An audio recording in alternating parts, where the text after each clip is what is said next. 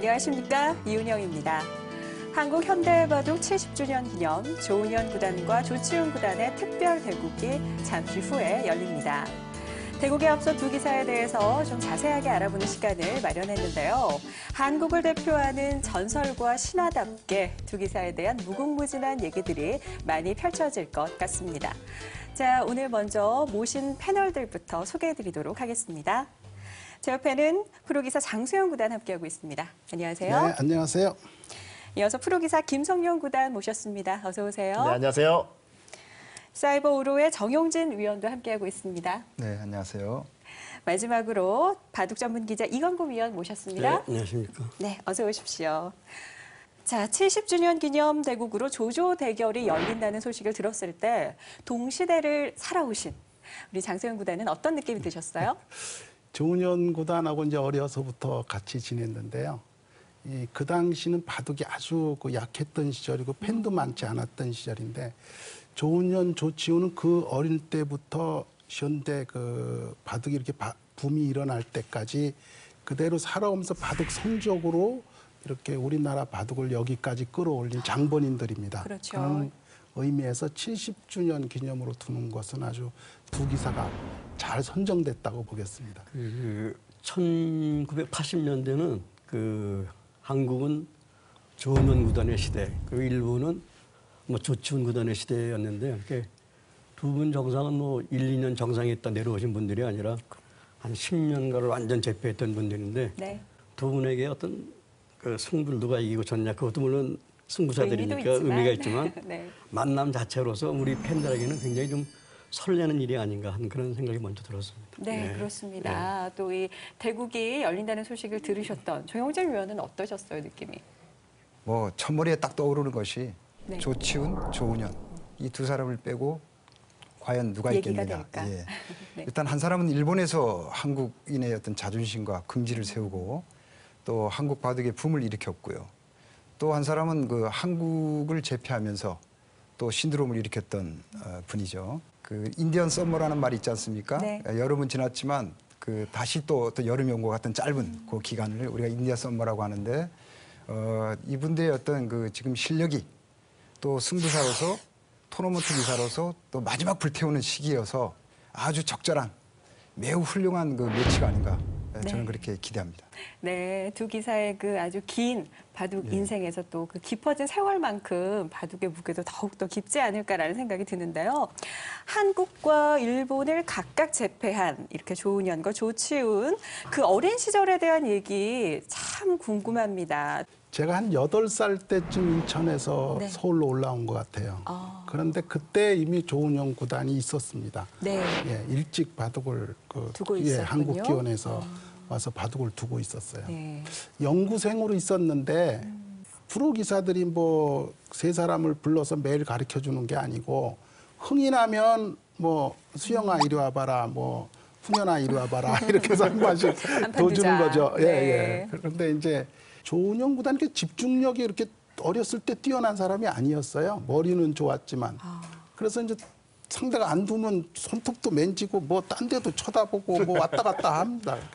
그러면 그냥 옆에서 아버지가 그냥 불밤을 한 대씩 딱 즉석에서 한 대 놓는데 그 소리가 아주 그냥 크게 막 하고 크게 울릴 정도로 아주 강하게. 그랬군요. 예, 그래서 엄한 아버지 밑에서 있어서 사범님들이 한 판이라도 더 주게 되고 네. 또 실력도 빨리 늘고요. 저희 하고는 대신 잘 못 놀았습니다. 저희가 놀러 가면 좀 슬픈 눈동자로 못 쳐다를 가니까. 보긴 했지만 바둑은 빨리 성장을 했죠. 네. 그랬군요. 아버지의 훈육 덕분에 어린 시절에 집중력이 굉장히 강한 소녀는 아니었지만 그래도 능력만큼은 그건 비범했다고 봐도 되는 거죠. 그렇죠. 이제 저희 둘보다도 더 뛰어났다 이렇게 생각을 했던 것 같고요. 또 실제로 잘 뒀습니다. 이미 제가 갔을 때 저보다 훨씬 더 잘 뒀어요. 조치훈 구단은 조남철 씨 조카거든요. 네. 친조카입니다. 그래서 한국기원에 안 오고 그 송원기원에서 배웠어요. 제가 한번 한국기원 대표 또 조치훈은 송원기원 대표.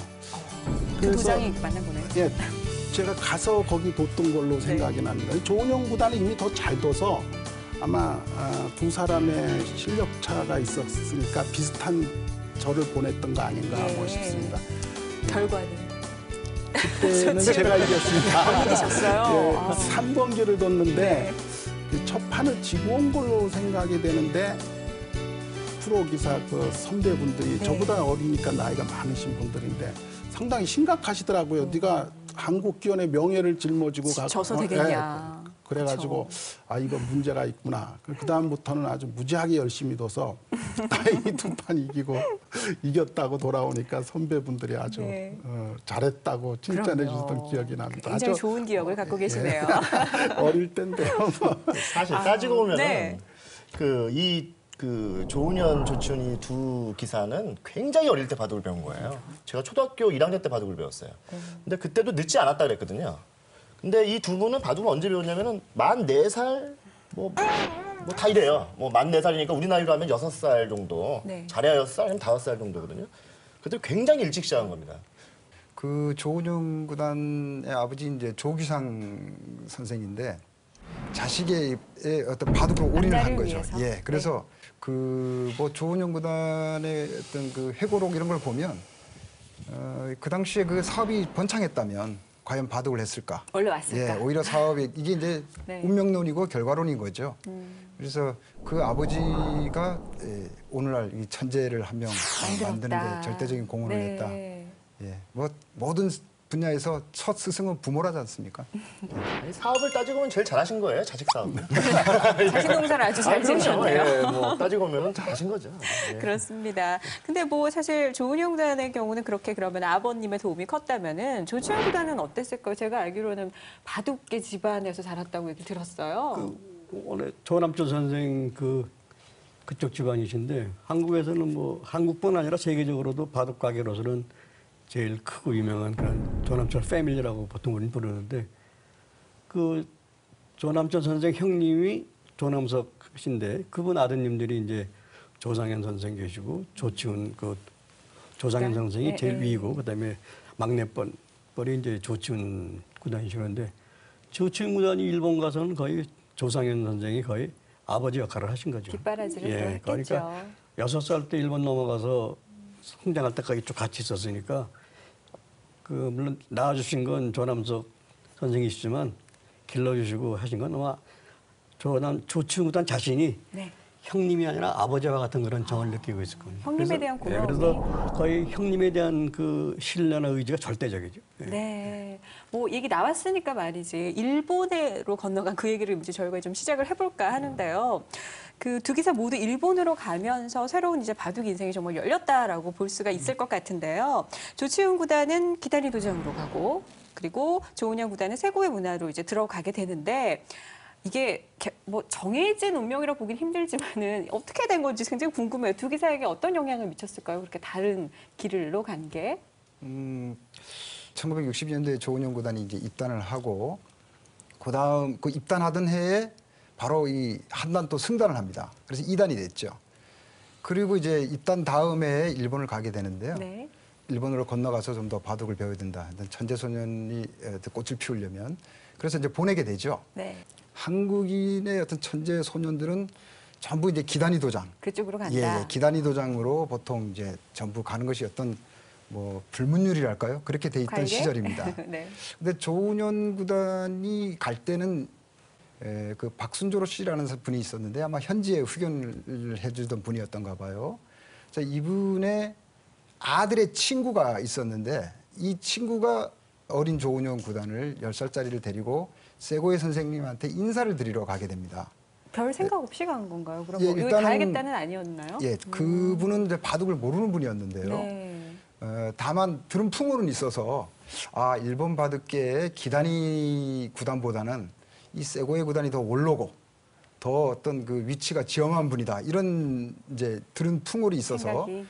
우리 이 소년을 그 세고의 선생이 맡으면 더 좋지 않겠느냐 어떤 뭐 그 응수타진 비슷한 그런 또 인사차 네. 겸해서 세고의 선생 이제 집에 갔죠. 그 첫 세고의 선생의 반응은 한국계는 기단이 구단이 다 문화로 이렇게 취하지 않느냐. 그러니 나는 나이도 80이 넘어서 노령이고 하니 그쪽으로 보내는 게 좋겠다. 이렇게 맨 처음에 거절했다고 합니다. 네. 그러면서 그러면 영 왔으니 한번 시험기나 한번 더 보자. 그래서 이제 석점을 놓고 바둑을 시작을 했는데 뭐 석점에 뭐 50수, 100수도 안 돼서 판이 안 되니까 네. 도저히 접을 수 있는 실력이 아닌 거예요, 이미. 그래서 그럼 2점에 하자. 2점에 또 했는데 또 뭐 마찬가지였던 그 흐름이 나오니까 여기서 이 세고의 선생이 이제 반한 거죠. 이 기자다. 5천 원에 버금가고 그 이상 갈 어떤 제목이다. 이렇게 보고 그러면 내가 비록 나이는 들었으나 그러나 내가 늙어 죽을 때까지 이 소년을 5천 원 이상 가는 그런 키우고 기사로 싶다. 한번 내가 키워보겠다. 나에게 맡겨라. 이렇게 이제 돼서 세고의 문화로 들어가게 된 겁니다. 그럼 그 소식을 듣고 이제 기단이 구단은 굉장히 그 속쓰려했죠. 뭐 당연히 뭐 이쪽으로 오자. 뭐 조남철도 그렇고 김도 그렇고 하찬석도 그렇고 네. 당연히 다 내 문화로 한국계는 내 문화로 오는 것이 어떤 그 법인데 네. 이 천재를 한 명을 제목을 빼앗겼으니까 그러나 선배한테 말은 못 하고요. 네. 예, 그래 굉장히 속쓰렸다는 설이 있습니다. 어쨌든 이 세고의 선생의 훈육 방법은 굉장히 그 자율입니다. 그러니까 기술은 언제든지 연마할 수 있다. 기술은 언제라도 연마할 수 있지만 그러나 큰 바둑이 되려면 우선 큰 그릇을 만드는 그런 인품이 필요하다. 인격 도회가 필요하다. 이런 주의였어요. 네. 예, 그래서 그런 속에서 어떻게 보면 좀 자유롭고 자율적이고 이런 바둑 수업을 했죠. 유학을 먼저 이제 가게 된 경우는 나이가 어린 조치훈 구단이 먼저 갔어요, 사실은. 조치훈 구단이 이제 62년 8월 1일 날 일본으로 도의를 합니다. 8월 1일 날이 이제 묘하게 그 전에 이제 물론 기단이 도장이 백단 돌파, 문화생이 백단 돌파가 이제 이루어집니다만 기념 행사는 8월 2일 날 했어요. 아마 날짜를 맞춰서 간 것 같아요. 8월 2일 날 그 기념 행사가 있으니까 예. 조남철 구단도 기단이 문화니까 8월 1일 날 가서 그 행사를 참여하면서 또 이 조치훈이라는 어린이를 알리는 거죠. 그러니까 네. 자기 조카를 알리는 거죠, 어떻게 보면. 근데 기가 막히잖아요. 일본에서도 46살짜리가 그렇게 두는 애가 없는데 이거 뭐 완전히 변방이라고 하는 한국에서 애가 하나 딱 왔는데 기가 막히게 두거든요. 네. 이제 그러면서 일본 바둑 팬들은 조치훈을 빨리 알았어요. 네. 그러니까 이미 기단이 도장은 당시에 현대 시스템에 가능한 그 도장 시스템을 갖췄어요. 그러니까 뛰어난 인재끼리 계속 경쟁을 하는 거예요. 네. 그러니까 거기서 경쟁을 하다 보니까 조치훈은 정말 제가 볼 때 엘리트 코스로 계속 올라간 겁니다. 반면에 조은현은 딴 공문 데로 제자도 한 가면서? 명도 없어요. 그러니까 자기 혼자 제자야. 그리고 선생님은 연로하셔. 그러니까 선생님은 사실상 인격 수양만 시켜주신 거죠. 뭐 정신적인 뭐 훈육. 그러네요. 지금 얘기를 들어보니까 조은영 구단은 그럼 혼자 약간 동떨어진 데서 배우면서 외로웠을 거라는 생각이 들거든요. 아무래도 지금 얘기를 들어보니까 글쎄요. 좀 외롭긴 했지만 인격 수양을 하면서 조은영 구단의 바둑 인생이라고 할까요? 바둑에 어떤 영향을 끼쳤을까요? 승부사 수업을 하는 데서 외로움이 꼭 나쁜 건 아니고요. 그러네요. 외로움 자체가 어떤 승부사적인 기질을 단련하는 그런 의미도 있으니까 그게 꼭 외로워서 불편하거나 그런 면은 있었겠지만 인생으로 봐서는 크게 나쁘지는 않았던 것 같아요. 외로웠던 시절이 있었다는 게 일정 기간. 그런 외로움 예, 뭐, 견뎌내고 또 예. 승부사적인 한 모습. 모든 분야에서 한 분야에 대가가 된 사람들은 네. 어느 일정 기간 그 외로움과 싸우는 기간이 있지 않습니까? 예. 그게 네. 큰 도움이 됐을 거라고. 네. 일본의 바둑, 우리나라의 바둑 수준 차이가 어느 정도였는지 그 당시의 수준에 대해서 장소영 구단께서는 어떻게 보고 계세요? 제가 프로가 돼서 제가 71년에 프로가 됐는데요. 네. 프로가 돼서로 그 후로 기억이 되는데 하여튼 그 일본에서 4명의 기사가 그 해마다 네. 우리나라에 놀러 올 겸 해서 시합 겸 놀러 올 겸. 그럼 이제 선수를 선발하면 네. 잘 뜨는 사람 하나에다가 놀러 갈 사람 3사람 이렇게 해서 이제 4명의 기사가 오는데 이 비공식으로 선으로 한 판, 호선으로 한 판. 이 사람들이 이렇게 2판씩 뒀어요. 네. 이틀에 걸려서 8판이지 않습니까? 그럼 거기서 대부분 우리 기사가 한 2판쯤 이겨요. 그러니까 한 판을 이기면은 좀 성적이 안 좋은 거고 네. 3판을 이기면 아주 좋은 건데 선에 한 판, 호선에 한 판, 뭐 대략 그런 식으로 이기더라고요. 그러니까 선에도 잘 안 됐다. 70년, 71년 그때 한일 프로비자 교련이 있었거든요. 근데 아, 우리가 그래요? 대표께서 3명이 일본 가서 예. 한 사람이 3판씩 봅니다. 이제 예. 근데 보통은 1승 8패. 그래서 그게 슬프네요. 2년하고 없어져 버렸죠. 너무. 예. 세 번 하고 없습니다. 더 말할 것도 없어요. 사실 조은영 구단도 2단이었는데 일본 가가지고 원생 4급 받았으니까 원생 1급도 아니고 4급 받았으니까 이건 정말 엄청나게 그때는 무시할 때입니다. 네. 일본이 우리를. 이제 어린 나이에 그러면 일본으로 가서 어쨌든 그 문화생 생활을 견디고 입단을 합니다. 두 기사가 조은영 구단이 입단을 하고 그 다음 해에 조치훈 구단이 이제 입단을 하게 됐는데 두 기사의 공식적인 바둑 인생이 이제 시작이죠. 근데 그 일본 바둑계에서는 한국에서 온 이 두 기사 등장에 대해서 어떻게 생각했는지 궁금한데요. 네, 1966년에 이제 입단을 하고요. 조은영 구단이. 네. 그때 입단할 때 그 당시에 최연소 입단 기록입니다. 그리고 그 당시에 9승 1패를 입단을 하는데 그러고 이제 초스피드로 승단을 합니다. 4단, 5단. 한국에 이제 올 때 5단에 오게 되죠. 매년 승단을 하는데요. 물론 그 당시에 조치훈, 고바야시 고이치 이런 기사들도 뭐 승단이 굉장히 빠릅니다. 근데 여기 하나 딱 우리가 주목해야 될 게 있습니다.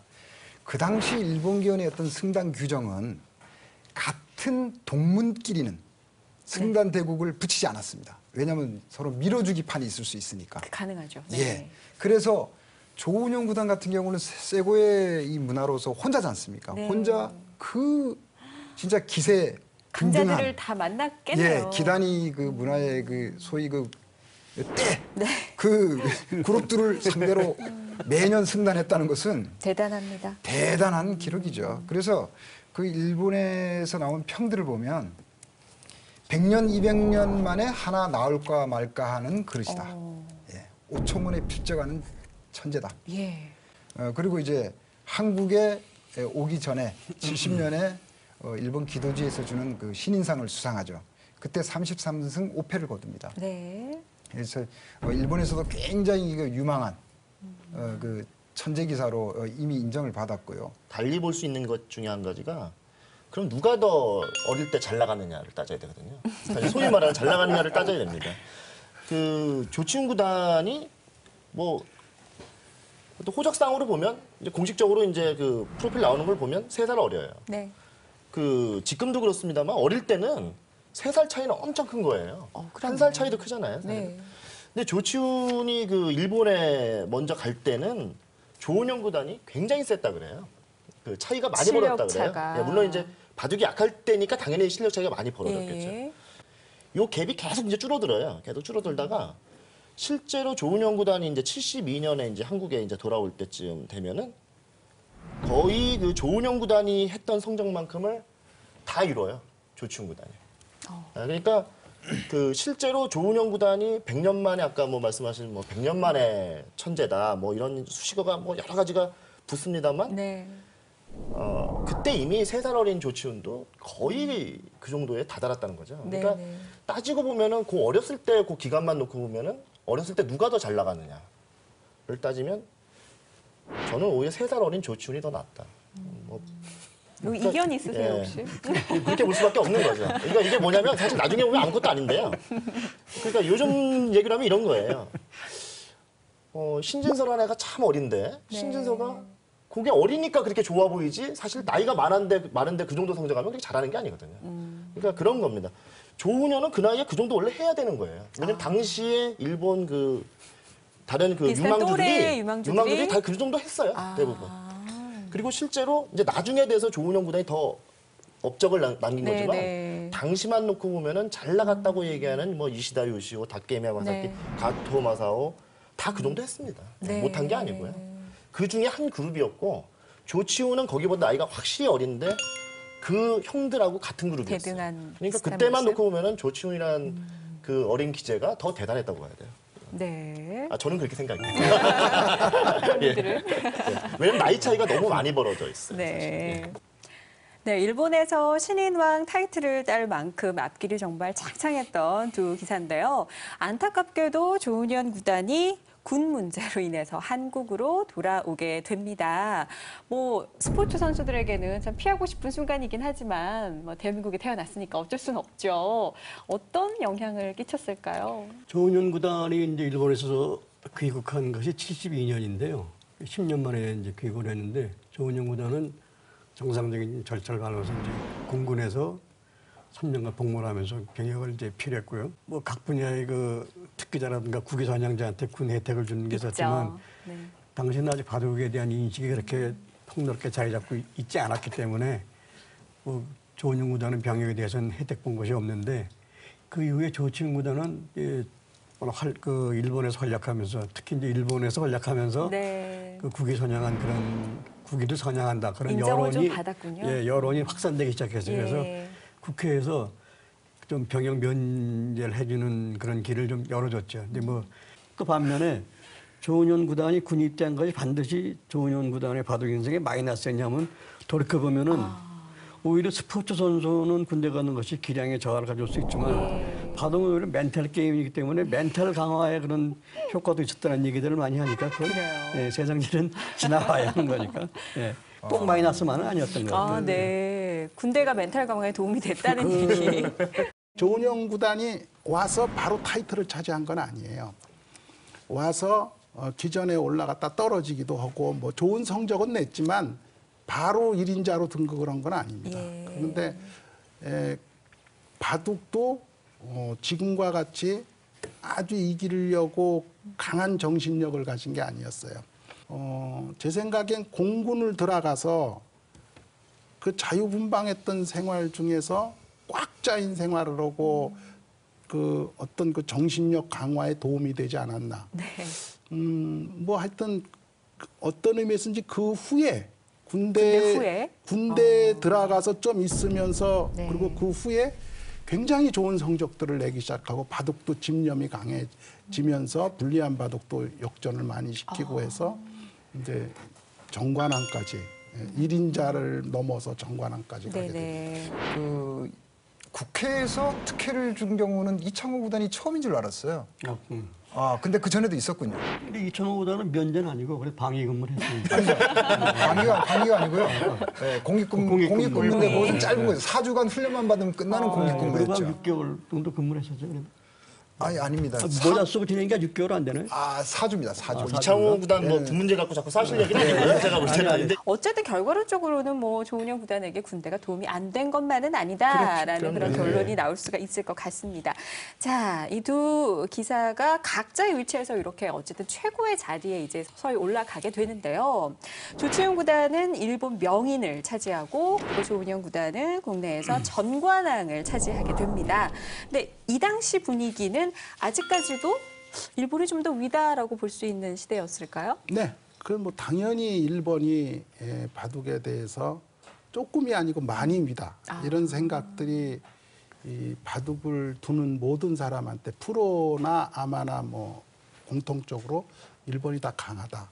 그래서 조치훈 구단이 일본에서 타이틀을 차지했을 때 조은영 구단이 우리나라에서 타이틀을 차지하고는 그전 군대를 가고 뭐 어떻게든 군대를 안 오게 되고 뭐 그런 큰 원인이 그런 데 있지 않았나. 이게 이제 80년에 모든 것이 이제 두 기사가 정점에 올라가는데 이제 전성기의 시작이라고 봐야 돼요. 이제 본격적인 전성기의 시작인데 나이를 보면은 이제 조은영 구단은 만 27, 그리고 이제 조치훈 구단은 만 24입니다. 그러니까 사실 지금으로 따져도 맞아요. 사실 거의 전성기가 최전성기 때예요, 이때는. 네. 그 전에 이제 타이틀 없었던 것도 아니고 이제 조치훈도 꾸준히 타이틀을 하나씩 차지하는데 결정적인 거는 우리가 흔히 말하는 최고의 기전 이런 거거든요. 아, 이건 좀 느낌이 다른.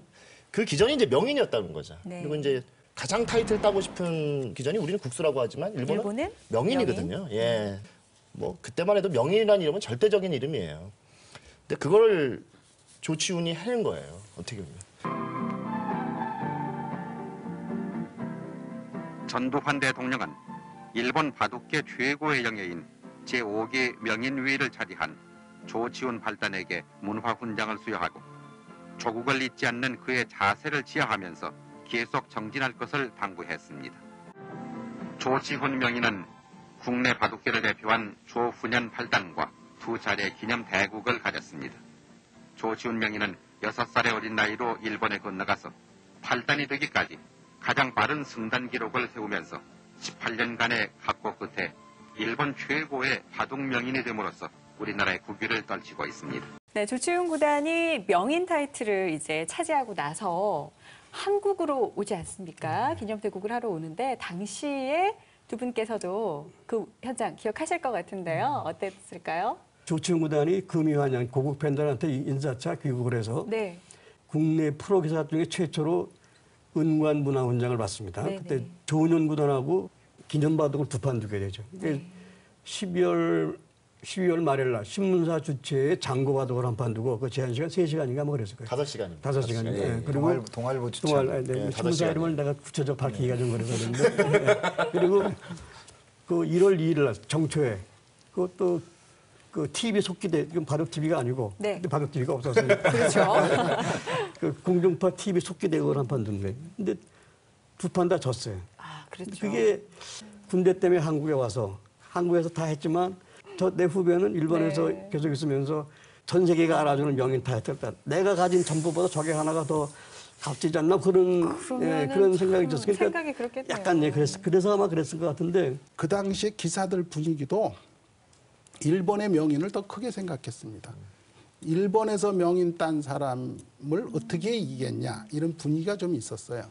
그래서 저도 이제 그 구경을 가고 뭐 했었는데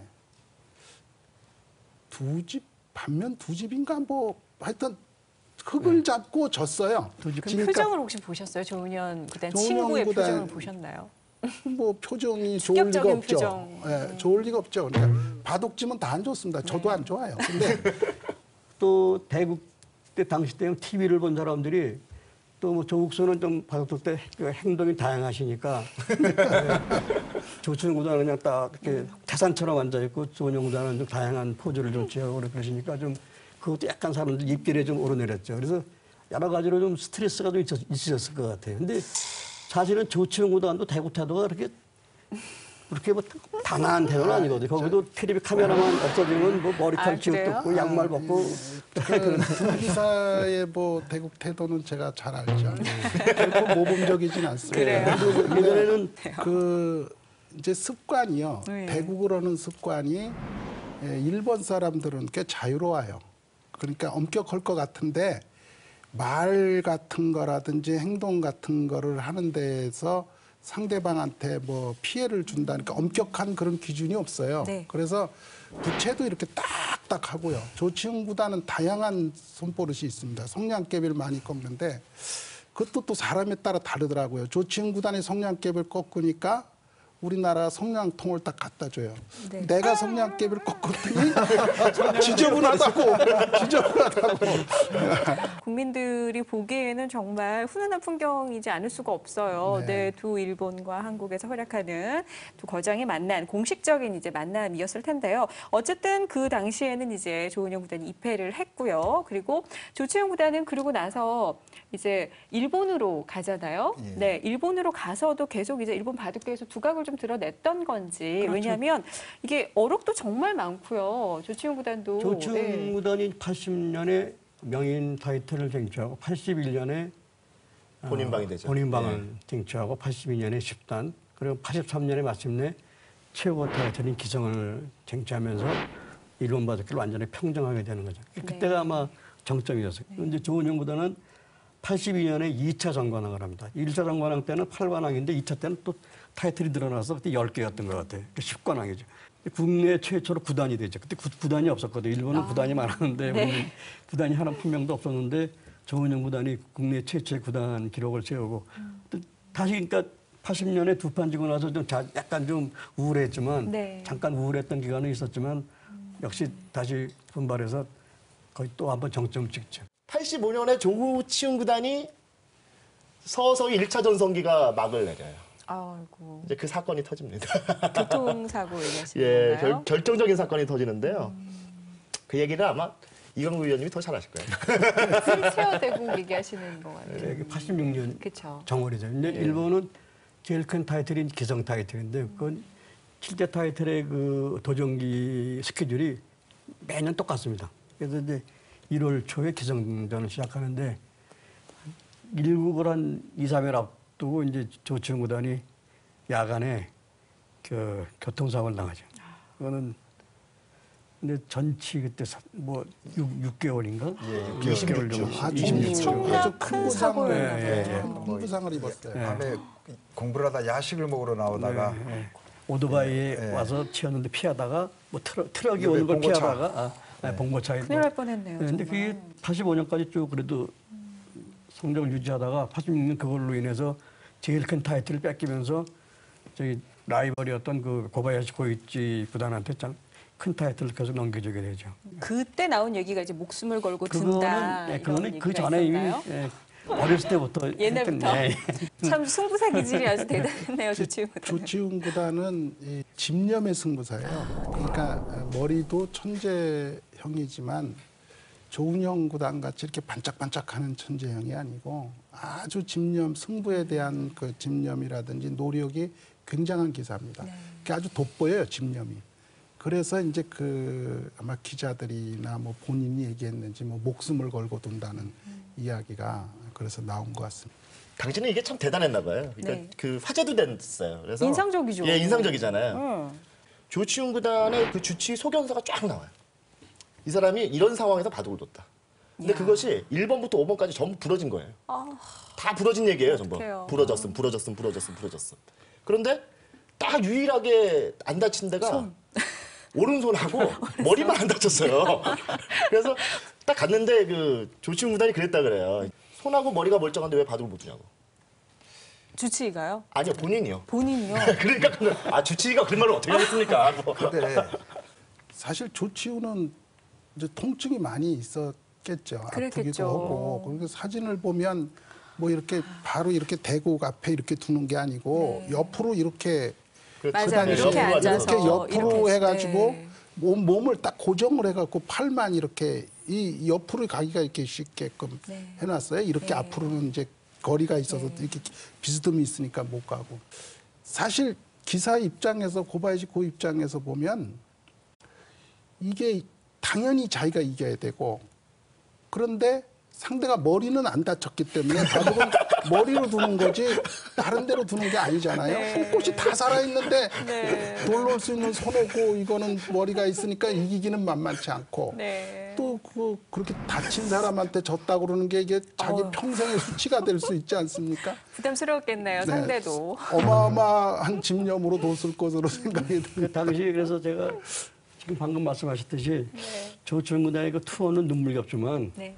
승부사로도 상대에 대한 좀 배려는 예의는 아니지 않을까. 그래서 차라리 기권하는 게 접하는 그냥 기권하는 것이 더 깨끗하지 않 그렇게 한번 썼다가 근데 그 조동기가 2대